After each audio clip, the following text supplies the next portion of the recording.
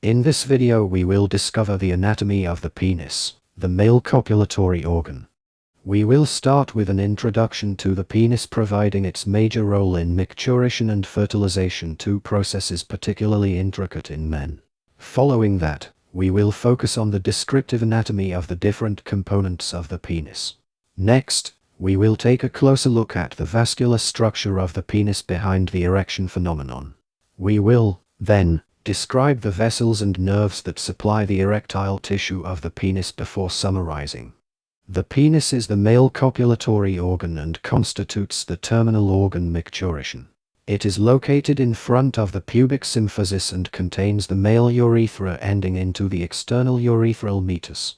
The penis consists of three major parts: the root of penis, the body of penis, and the glands of penis. The penis is made of two functionally distinct parts. The root of penis is hidden and fixed and is made of a central bulb and cross of penis on each side.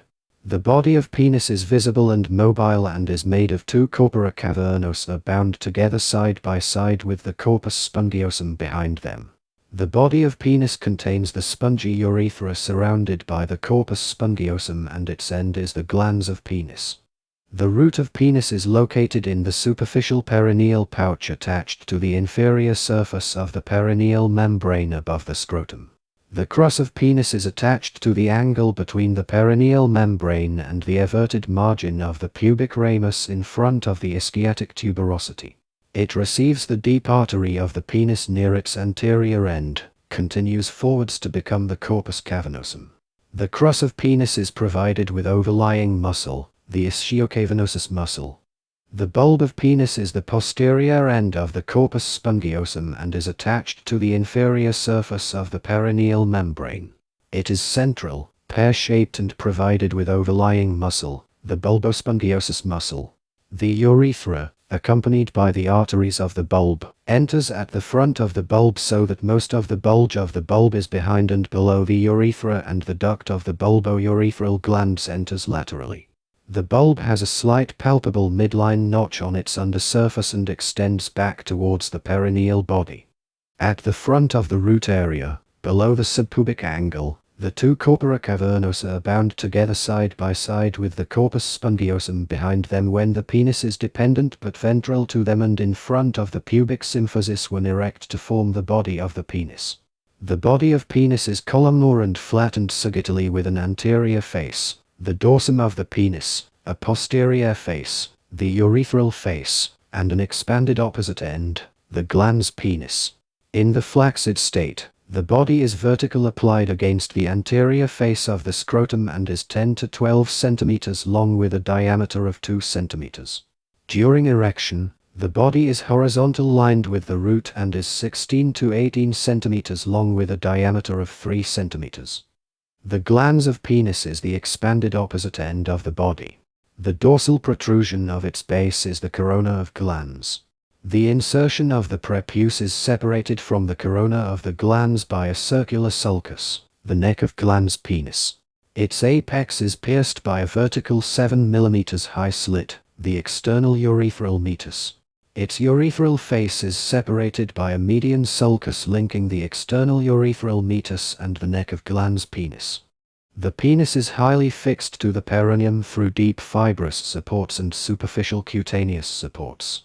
On one hand, the tunica albuginea of the penis is not to be confused with the tunica albuginea of the testis. It consists of a tough fibrous membrane surrounding the corpus spongiosum and the two corpora cavernosa. That of the corpus spongiosum enlarges distally to enclose the glans, and the one of the corpora cavernosa defines two longitudinal grooves, dorsal, for the deep dorsal vein of penis, and urethral for the corpus spongiosum. The fibrous sheaths of the corpora are fused together and form a septum with vertical comb-like strands, the septum of penis. On the other hand, the fascia of the penis, also known as Buck's fascia, is the cylindrical prolongation of Cole's fascia, the fascia transversalis of the perineum. It loosely surrounds the three corpora thus fused together. Beneath lie in the midline the deep dorsal vein with a dorsal artery on each side and more laterally a dorsal nerve. Moreover, the skin of the penis is hairless and is prolonged forwards in a fold, the prepuce. It invests the corona of the glans and some or all of the rest of the glans. The insertion of the prepuce is separated from the corona of the glans by a circular sulcus, the neck of glans penis.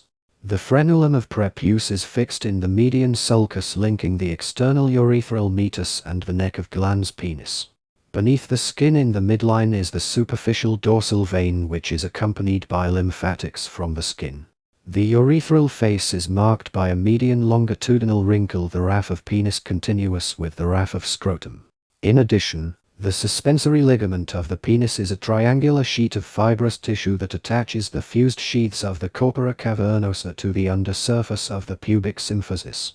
Finally, the fundiform ligament of the penis attaches the fused sheaths of the corpora cavernosa outside the suspensory ligament to linea alba passing by mons pubis. Superficial fibers are attached to the raphe of scrotum.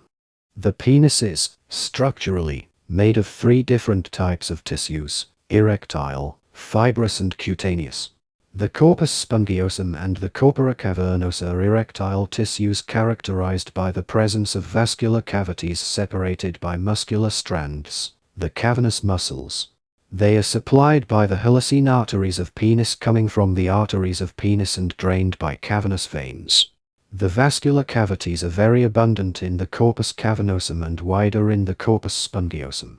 The tunica albuginea of the corpora cavernosa is thick and rich in collagen fibers. The 2 corpora cavernosa communicate through intercavernous anastomosis passing by holes in the middle part of the intercavernous septum. The tunica albuginea of the corpus spongiosum is thin and rich in elastic fibers. The glans of penis is covered by a non-keratinizing squamous epithelium continuous with the one of the internal surface of the prepuce. The preputial glands are modified sebaceous glands in the corona and neck of glans penis. They secrete smegma. The penis is supplied by 3 pairs of deep arteries, all branches of the internal pudendal artery. The internal pudendal artery is a branch of the internal iliac artery. It enters the deep perineal pouch from the anterior end of the pudendal canal and passes forwards along the ischiopubic ramus above the perineal membrane, with the dorsal nerve of penis above it and the perineal nerve below it, and finally crosses the perineal membrane. It, finally, ends giving the deep artery of penis and the dorsal artery of penis. The deep artery of penis supplies the corpus cavernosum. The dorsal artery of penis runs alongside the deep dorsal vein and forms an arterial circle around the neck of glans penis. Branches from the circle supply the skin, fascia and glans. The artery of bulb of penis supplies the corpus spongiosum including the glans. The anastomosis via the continuity of corpus spongiosum and glans between the artery of the bulb and the dorsal artery leaves the deep artery separate, supplying the corpus cavernosum only and forming a closed system whose sole function is erection. Superficial arteries are provided by the external pudendal artery. They supply the skin of penis. The venous drainage of the penis is partly ensured by way of bulbous veins that accompany the arteries and join the internal pudendal veins, and mostly by the deep dorsal vein of penis. The deep dorsal vein of penis runs above the fascia of penis, pierces the suspensory ligament under the subpubic orifice, passes above the perineal membrane and enters the vesicoprostatic venous plexus and the internal pudendal veins. It drains mainly the glans and the corpora cavernosa. The superficial dorsal vein of penis drains the dorsal skin of the penis and divides to join the superficial external pudendal and great saphenous. The lymphatics of the skin of penis drain into the superficial inguinal nodes. The lymphatics of the corpora and the glans drain into the deep inguinal nodes. The internal iliac nodes are rarely involved unless the inguinal nodes are first affected. The skin of the penis is supplied by the pudendal nerves via the posterior scrotal and dorsal nerves. The latter supply the glans. The dermatome mainly involved is S2. The bulbocavernosus and ischiocavernosus muscles, which contract spasmodically during ejaculation, are supplied by the perineal nerve from the pudendal, S2 and 3. The sympathetic nerves necessary for the initial stages of ejaculation are derived from L1 segment of the spinal cord via the superior and inferior hypogastric plexuses. The pelvic splanchnic nerves S2 and 3 provide the parasympathetic supply to the cavernous tissue of all three corpora and allow increased blood flow for erection. For future surgeons, ritual circumcision for religious or racial reasons is probably the oldest operation in the world. In children or adults, circumcision may be required for a tightly constricting prepuce, phimosis. The prepuce is incised on the dorsum from the tip towards the base of the glans, dissecting away any adhesions, and then the incision is carried circumferentially, followed by suture of the skin edges. To sum up, the penis is the copulation and micturition organ.